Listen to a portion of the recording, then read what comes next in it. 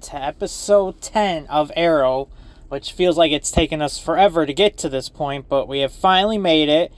I'm going to try to go as fast as I can with this. I don't want to seem like I'm rushing them while I'm, explaining the whole, not the whole plot, but giving basic story beats of the episode. Like, I don't want to feel like I'm rushing it or anything like that, but I also don't want these videos to be 20 minutes long, I want them to at least be short enough where it's a nice, simple, quick, easy watch, but also you get enough in there, I don't know. I don't want to rush it, but if you like the video, hit the sub. Let's try to get to 1,000 so we can do a giveaway of $100, maybe more. I don't know. Probably going to be 100, but hey, 100's better than nothing. So let's try to get to 1,000 here. Episode 10, Burned. So we just hit back-to-back bangers here. Like, episode 9 was a great episode. I enjoyed that episode so much, and stuff from that episode actually affects what's going on in this episode too. So it's like they both go together, and that makes sense on why they're both very done. Like, they're both great. Something I didn't do in the last episode, and I just don't know if there really was anybody new in there other than maybe the kid that Thea was dating. Might have been a new character, but in this one, some of the guest stars in this one is we have Andrew Dunbar playing Garfield Lynns, aka Firefly, which I didn't know that's what his name was, so that one kind of shocked me. I always wondered who this character was when I watched this episode, and it was kind of weird to find out that he was Firefly. Like, I had no idea at all. He's actually the character that Brandon Fraser was supposed to play in the Batwoman movie that got canceled. So, like, that would have been a cool way to see him play this character, because I didn't even know who this character was when I first watched this. Even watching it again, I had no idea until I looked it up. Also, we got Danny Nucci playing Fire Chief Reyes. So, those are the two big players in this episode. Also, spoiler, I guess, we are going to be losing Joanna in this episode. As far as I remember, because I don't remember her much in the later season or even in this season. But this, I think, is her last season or last episode in the show. So, I know she hasn't really done too much other than be, cannot think of her, Laurel's friend. Like, it doesn't seem like she's really done much, but this one seems a little bit more centered around her. Because it starts off with the Firefly going around burning firefighters from a fire that happened a couple years ago where, like, the construction was terrible. All this crap happened. Firefly wanted to go back in there, but Fire Chief Reyes was like, no, it's too hot. Like, it's unstable. And, like, I guess people part of this group called the Fireflies. Like, I guess that was the group that was there sent to go stop this fire. But, like, I guess, they kind of let him down. So, in a way, he's going around burning everybody that was part of that Firefly group. That is a lot of F's right there. Holy hell. And so, his basic motive is just getting revenge on all these guys who didn't come back in there and back him up. Like, I get his motivations. I 100% get it. But there's probably a better way than going and burning people alive. Like, people's families are getting affected by this dude. And it, like, obviously one of the guys who dies is Joanne's sister or brother. So, that sets off a whole thing. She thinks that, there is somebody murdering him and not dying in fires like Chief says. So Laurel decides to contact Arrow and saying, like, hey, look, I need your help. I need your detective skills. But because Arrow got his ass kicked in that last episode so badly that even Diggle's asking him, he's like, I know it's not physical, because they even have, like, this little tussle where he's trying to figure out what's going on with Oliver and why he's not all ready to jump back into crime fighting and marking names off the list and stuff. So Diggle basically finds out, he's like, well, after fighting you and finding out that this table is steady as hell, that it's not physical, it's all mental. And he's like, you don't even know what you're talking about. And he's like, look, Oliver, I know that Archer dude really got to your head and he really screwed you up, and now those things that make you feel like a superhero, you can't do them now because now you've got limits. So, like, it's really starting to play into his mental factor, but really, he tells him, like, look, Diggle, it's not just that, like, I've dealt with death, I've seen death in my face, like, that's not the huge deal.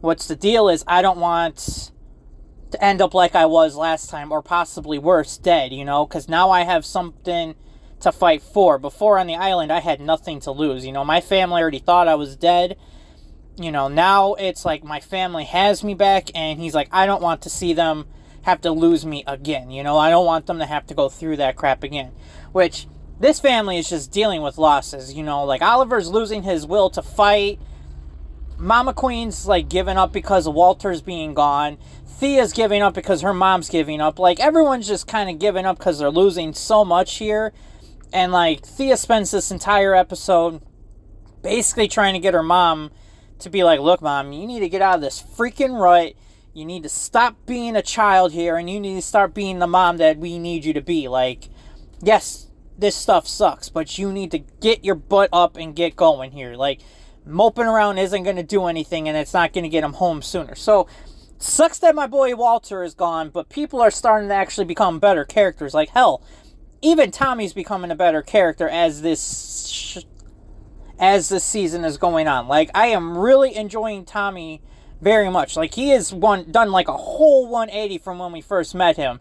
And, like, now he's throwing, like, these charity benefits for these firefighters who have died and for their families. Like, he is really, like, even Oliver mentions it, like, where is my friend Tommy, who would, you know, basically bought out a whole football stadium just to impress a girl? Like, where is this guy at?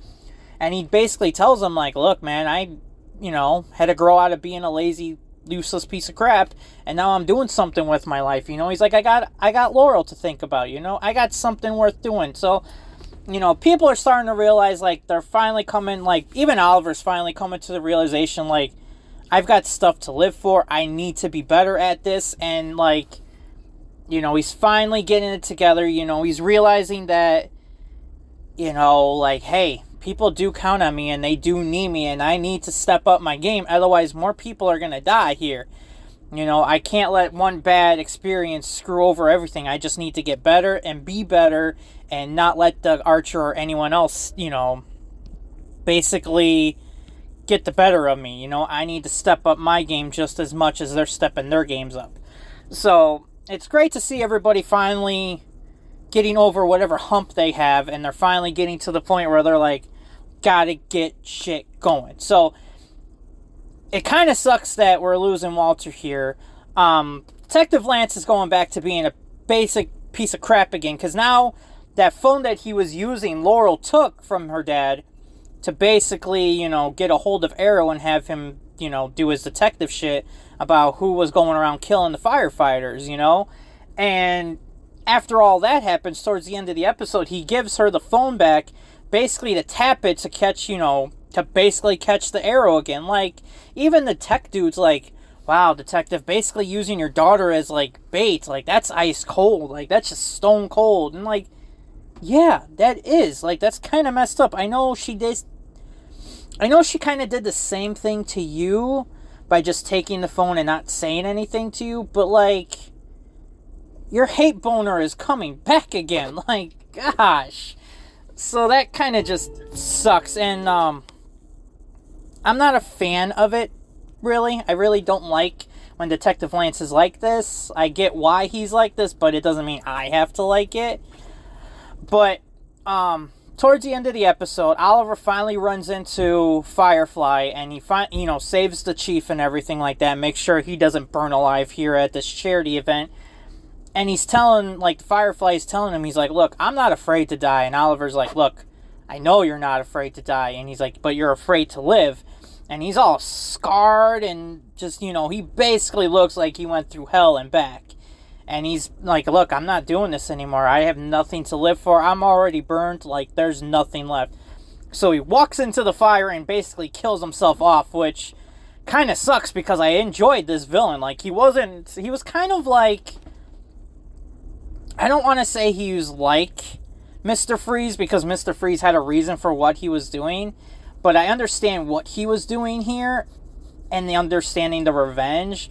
I'm not saying go and do that when you need revenge and shit. Like, killing people is obviously wrong, but there was a better way. about doing it, but he wasn't like a villain in the true sense of like, I just want to be bad because I'm bad. You know, he was doing what he thought was the right thing to do and getting revenge for those who basically left him to die, you know? He wanted them to feel how he felt, you know? So I kind of understand it, but still, there's a better way about going it. So, yeah, this episode just overall to me, I thought was really great. It even, the rating that it got basically showed it too, as we got another 90 plus for this, another 90 back to back. Like, I think last week's was, or episode 9 was a 90, and this one's a 91. So they're basically very close to each other. And this one, for me, I'm going to give it the grade of an A. The only reason I guess it was a little better in my eyes because I do have A minuses below. Like, I have minuses below just regular letters. So it is a better episode than last week. But thanks to the last episode, it definitely makes this one just as good because of everything that's kind of coming over and stuff. And some of the pros was, I do like I was just saying, like how the Dark Archer still affects Oliver, like all those actions that he had, like he still has it in the back of his mind, getting shot in the back, the crap beat out of him, basically almost outsmarted and outplayed at his own game. Like, I did enjoy that very much, and I liked how it's still carried over, and it's not like a quick fix where now he's 100 times better and ready to go fight everybody, you know? Like, it did affect him, it did linger on there. Also, Diggle, again, trying to help Oliver. I enjoy Diggle being not just this guy who's, you know, getting details or asking people for favors and bureaus and the CIA and all this other stuff. Like, he's actually there to give him advice and be like, look, Oliver, you need to get out of this rut. There's people counting on you. You know, don't worry. Like, we're both here. Like, he's basically just giving him everything he needs to hear and telling him, like, you're not alone. Like, we've got this. We'll keep it together. You know, I'm going to be that wall that's going to keep you up when you're getting your ass knocked down. Like, I'm going to be there to help you. And I just love how Diggle isn't, in a way, he's a sidekick, but he's like Alfred to Batman. Like, he's keeping him on the right path and making sure, like, stuff doesn't go south. Like, he is keeping him right and keeping him focused. Tommy being a hero, basically him doing the whole charity thing, trying to raise money for all these firefighters and their family. Like, I'm just loving this whole character flop that he is doing. I am enjoying it so much, and I'm actually liking Tommy more and more as every episode goes by. Like, I don't know if that was planned or not, but I definitely enjoy him a hell of a lot more. Also, the villain and the fire chief's motivation, and then also the fire son, like, I'm just clumping this all in there together. I get the villain's motivation. I also get the fire chief's motivation on what he did. Like, you can tell he was not happy about the decision he made, but he had to make a decision to save other people and his other men. Like, he's saying, you know, he told Laurel and Oliver, like, look, I've lost a lot of good friends, and thank you for bringing up bad memories and telling me how many people I've lost to this line of work. Like, it's a decision I didn't make lightly, and I'm doing it because I'm trying to save people, and I knew that it wasn't right to go back in there. And the villain's like, no, we could have saved it. We could have saved people's lives. You just didn't want to make that call, and instead you killed a bunch of people and almost killed me. Like, I get both, like, I get the side of the coin that they're both looking at. So it's not a Civil War, Captain America, Iron Man type of situation where you could go either way. But I do like how there's at least a reason for what they're both doing and why they both did it. Some of the cons, how long it took Oliver to get over his fear. I just feel like if you were just worried about, you know, dying again and stuff like that, like, I guess that could have been, like, I get, like, that's going to take a toll, and I get that, but I would assume the recovery time would have done that for you, because obviously you still had to heal from your injuries and stuff, so I figured that time would have done enough, because as you're doing this, we lost, like, 2 people in this fire. You were even there because you were taking so long to get to this guy. Like, this guy's holding this firefighter. Firefly is holding the firefighter over the ledge of just burning flames and stuff, and you're taking your sweet time to get to him, and this guy dies because you're just not 100% focused. Like, that 90% is not enough. Like, you need to be at 100% in this game, and I don't know, maybe I'm being cynical and I'm telling him to get over it a little bit faster than he should have, because it wasn't him doubting his abilities, it was him doubting that, you know, if he dies, like, he's gonna leave his family hanging again. Like, I get it, but at the same time, it took you kind of long, I felt. Also, Mama Queen being sad about what she did, like, I get why you're sad, like, you hate that you had to have done it, but you chose that route.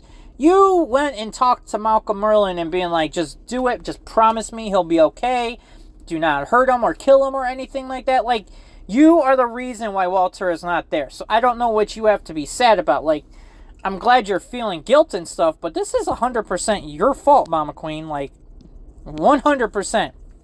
And then, obviously, Detective Lance actions. We've already talked about it. I'm not going to go into it. Like, it's just, you know, it's terrible, you know. Just, he's a piece of crap sometimes. But, yes, I felt like this episode was... I'm liking that the last 2 episodes have been stepped up compared to the last couple we have seen before then. So I'm enjoying that very much. I'm hoping this trend continues. I can't remember what the next episodes were. I haven't recorded or watched them yet. So I'm hoping we can get this. I'm hoping that it continues to keep getting better, but we will find out. But until the next episode, I love you. Have a good one. Mwah.